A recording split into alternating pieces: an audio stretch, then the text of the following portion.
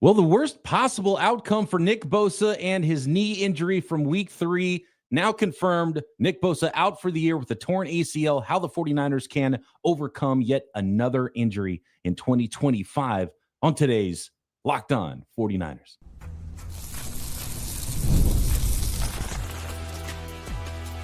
You are Locked On 49ers, your daily San Francisco 49ers podcast, part of the Locked On Podcast Network.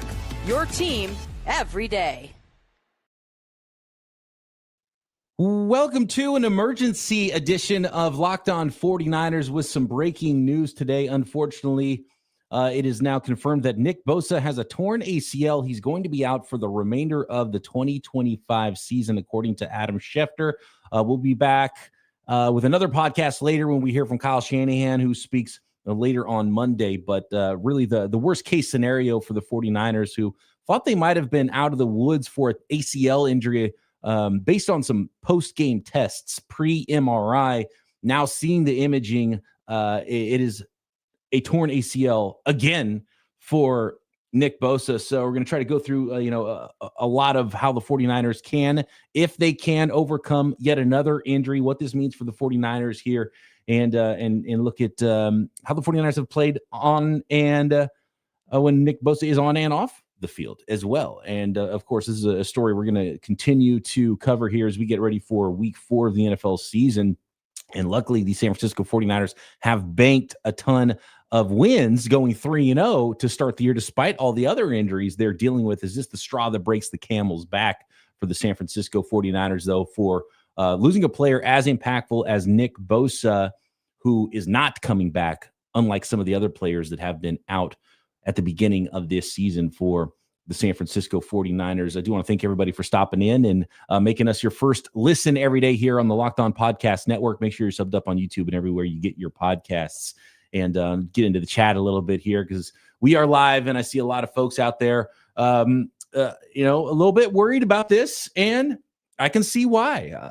Croc and I, before the season, talked about Nick Bosa and how important he was to the San Francisco 49ers, and maybe the most important player on the entire roster, not only because of how good he is and the position he plays, which behind quarterback, I think your best defensive lineman, that stud defensive end pass rusher, where there are not too many in the NFL, are the most valuable players in this league. You saw why a team like the Cleveland Browns were able to beat the Green Bay Packers, who are a lot better football team, and why the Packers were so good the first 2 weeks, because of those stud pass rushers they have. And Myles Garrett, I think, was pressuring at like a 50% clip or something ridiculous in that game against the Packers. And so that kind of player is so impactful for a football team, and it can't go understated how good Nick Bosa is and how impactful he had been for the 49ers when he was out there.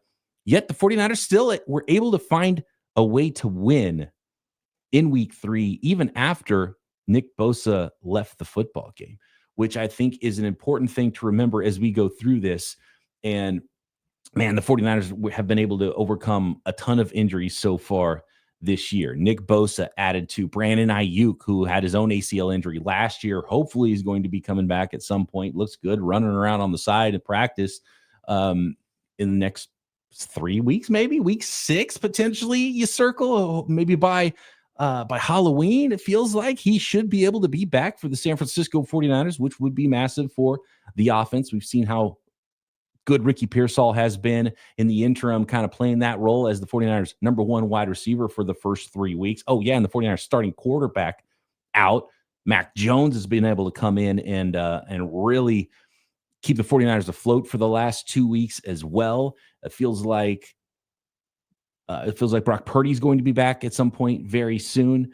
The suspension is now over for Demarcus Robinson. He'll be back and helping the 49ers receivers core starting in week 4 against the Jacksonville Jaguars. And really start to circle that week 5 matchup against the Los Angeles Rams is a really, really big one.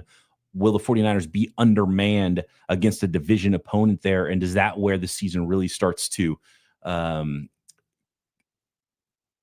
do you really start to see the cracks in that week 5 game? That's the big one. If the 49ers can get past that, you start to feel really good about where they're at. But at some point, you lose too many talented football players and you can't be the team that you are supposed to be. And so when it comes to Nick Bosa, and I think we all know how good he is. And as pointed out here in the chat, 2 torn ACLs for Nick Bosa. I believe, if I'm not mistaken, that's 3 ACLs for Nick Bosa, because he's had 2 in the NFL, but didn't he have one like in high school right before going off to Ohio State? If I'm not mistaken, let me know in the chat. But this might be ACL number 3 actually for Nick Bosa. And that's something that I think we also need to look at here, because how many devastating injuries like that can one player overcome? He's still a young guy. He's still in his prime years, in his 20s. And you would think that a guy like Nick Bosa has a lot of football left ahead of him. But you've seen how injuries have really derailed the career of his older brother in Joey Bosa. And Joey Bosa, just not quite the same player he was earlier in his career. He can't play the same number of snaps he did earlier in his career. And he's a player that you hope you can kind of get into the playoffs by not playing a full complement of snaps. And you hope that that's not the direction that Nick Bosa's career ends up going, because, man, I don't know how many ACLs one guy can overcome. I'm not sure. We'll get more details, I think, a little bit later when Kyle Shanahan speaks. I don't know which side it's on, if it's the same side, if it's a different side. So, number 3. It is the folks in the chat did say that, there's a number 3. So I was correct. His senior year, he was out at Ohio State. He didn't play his senior year at Ohio State, so I'm not sure what that was, but I thought it was in high school before. Here we go. Peter's got it broken down in the chat here for me, which year that was. So that was all the way back in 2015 was his ACL tear for Nick Bosa. He was a senior in high school. Then he goes 2020 NFL season. We remember that after the Super Bowl year where everything fell apart for the San Francisco 49ers, and Bosa's second year, he lost that year due to a torn ACL. And then now in 2025, his 7th NFL season, is his 3rd career ACL injury, 2 in the NFL, 1 in high school. So that's a brutal one. Yeah, his college injury was an abdominal tear. There you go. So Jam 18.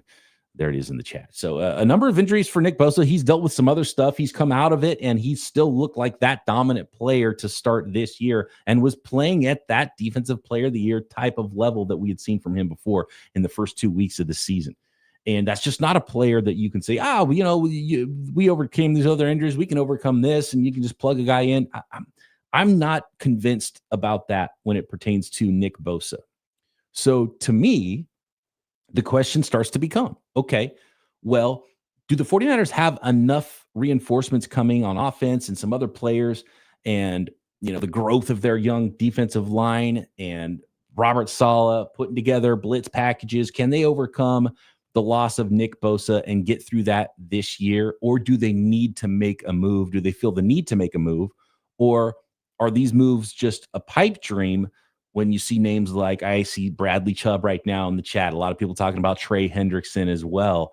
Maybe the 49ers aren't able to add that much salary to the books this year. Maybe they don't want to. They could probably afford it, but they like to roll over a lot of money, and that would really mess up the books for following years. Will they try to limp through this year and figure it out? Will they try to make a big move? So let's talk about all of these possible scenarios for the 49ers. Who needs to step up while Nick Bosa is out if they don't make a major move on the defensive line before the trade deadline?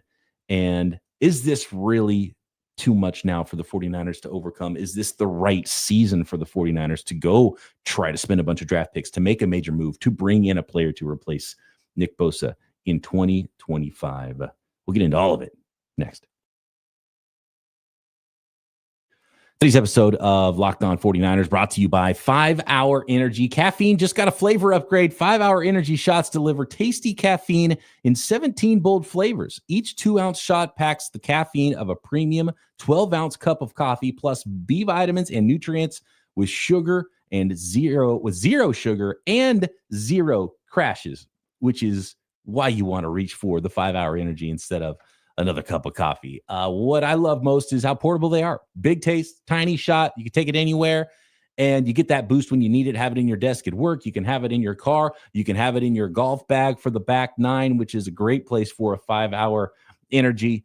And it's refreshing. It gives you that quick little lift in your busy day, again, without the crash, which is so important. So enough with the boring flavor, less caffeine, guys. It's time to give your caffeine a flavor upgrade with 5-hour energy shots. Get the favorites you love and be bold by trying something new in store and online at www.5hourenergy.com or on Amazon today.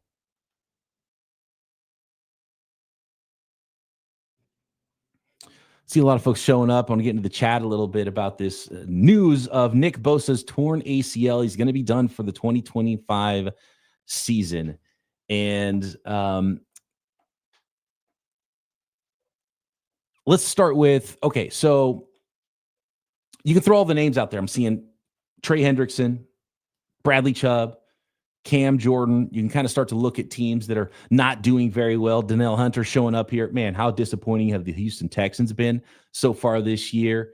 You're not getting Anderson from them, but Danielle Hunter maybe is an interesting name that I hadn't thought of until I saw that from Tony here in the chat. So a lot of names out there, a lot of players that could potentially be traded for. And, judging by the answer from John Lynch when he was asked about the Micah Parsons thing. And that's when you have Nick Bosa, and he's kind of the guy that he's always said, look, we're going to make calls, and they're an aggressive organization. So I won't be shocked at all. And if they can find a player where they don't have to give up that much and maybe end up salary-wise, something can work out where a team picks up some salary and you can get a sweetheart of a deal, then I would think the 49ers would be extremely interested, because they're still going to go try to win this year. And they probably are looking ahead at a lot of players they're getting back and feel really good about being 3-0, as banged up as they have been to start the year.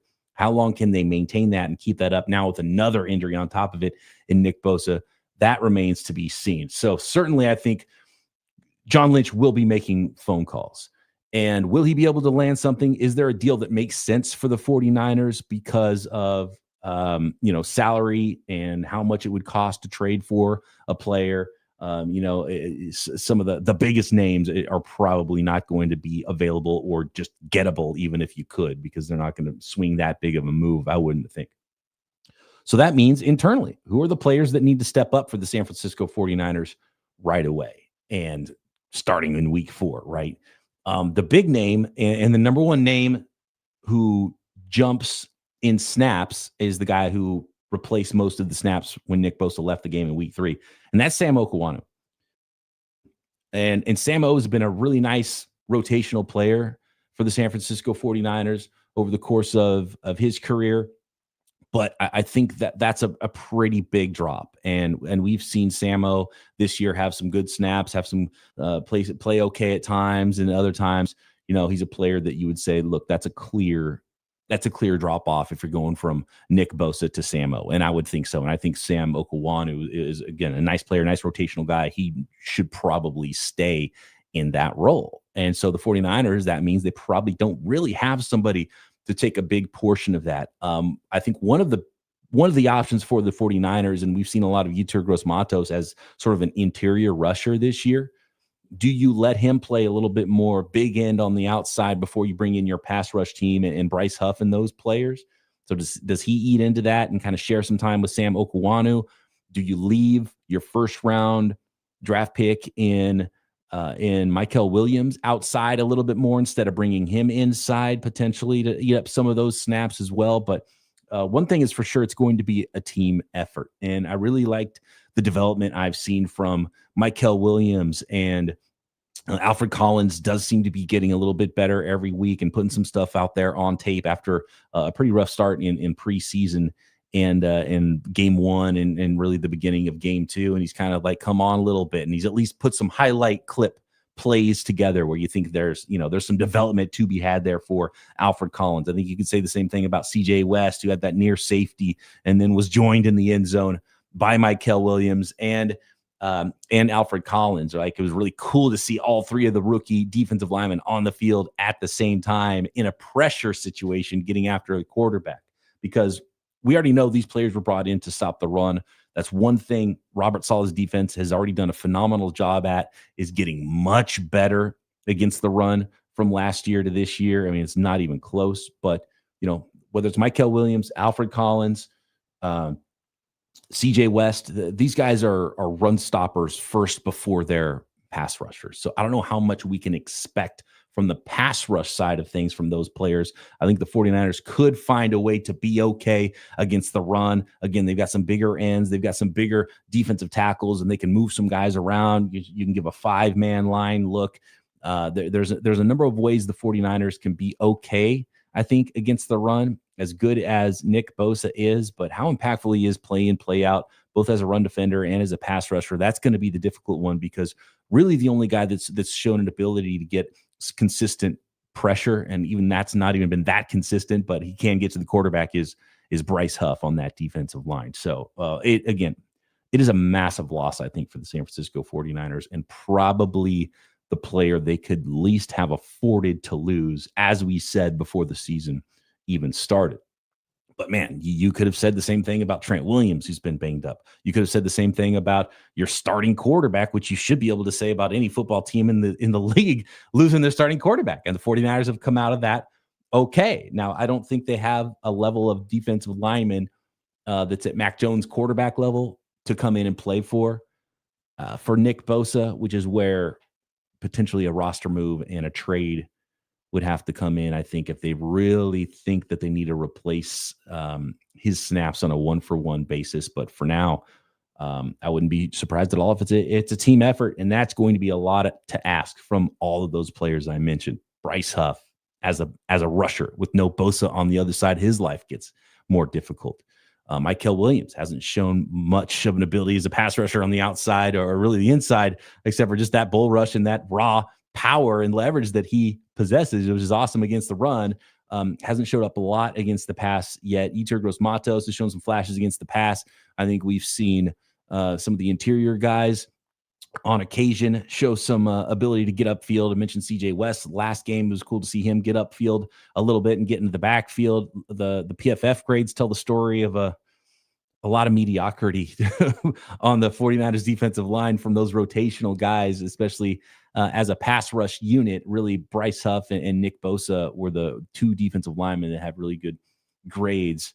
Jordan Elliott, actually, nice little 71.7 pass rush grade, according to the PFF folks on the defensive line. But it's again, that is a very, very tough ask.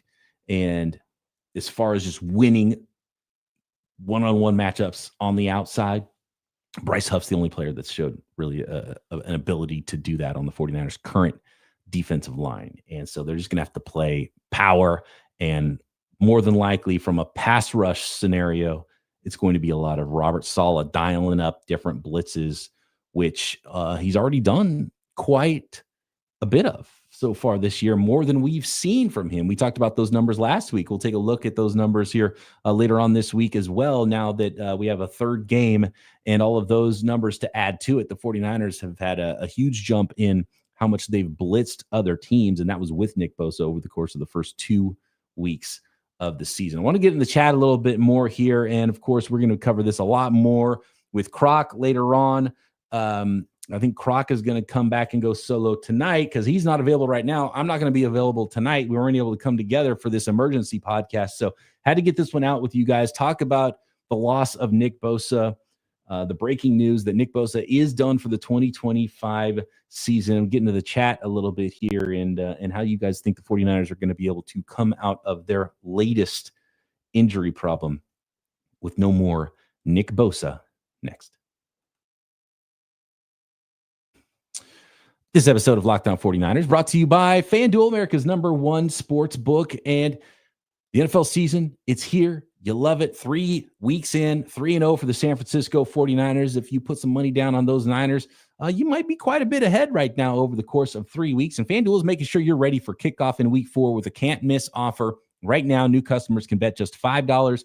And if your bet wins, you'll get $300 in bonus bets to use across the app. And it makes every game more exciting, whether you're watching your team or maybe just keeping your eye on your fantasy lineup, and bet however you like. Player props, building same game parlays, or even jumping in live as the action unfolds. And yeah, you can find weekly lines from week 4 all the way through week 18, already ready to go for you at FanDuel. So are you ready to play? Download the FanDuel app now by visiting FanDuel.com to get started. That's FanDuel.com to place your first $5 bet.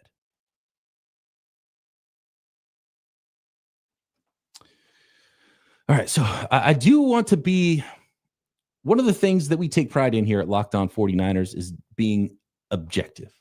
Croc and I, we grew up San Francisco 49ers fans, but, I put my journalistic integrity first. I want to be objective about the football team that I cover in the 49ers. I know what it's like to be a fan. I know what it's like to grow up and be a fan. I know what it's like to go to Candlestick Park or Levi's Stadium and cheer on your favorite team, right?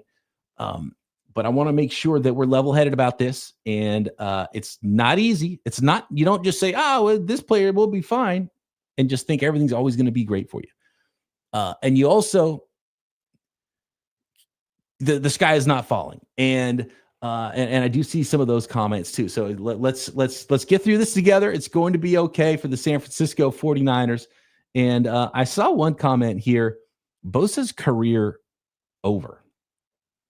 That's like, first of all, it's way too early to say anything like that. According to Adam Schefter, the tear was, the good kind of ACL tear, if there is one of those. A clean tear, as it was termed by Adam Schefter there.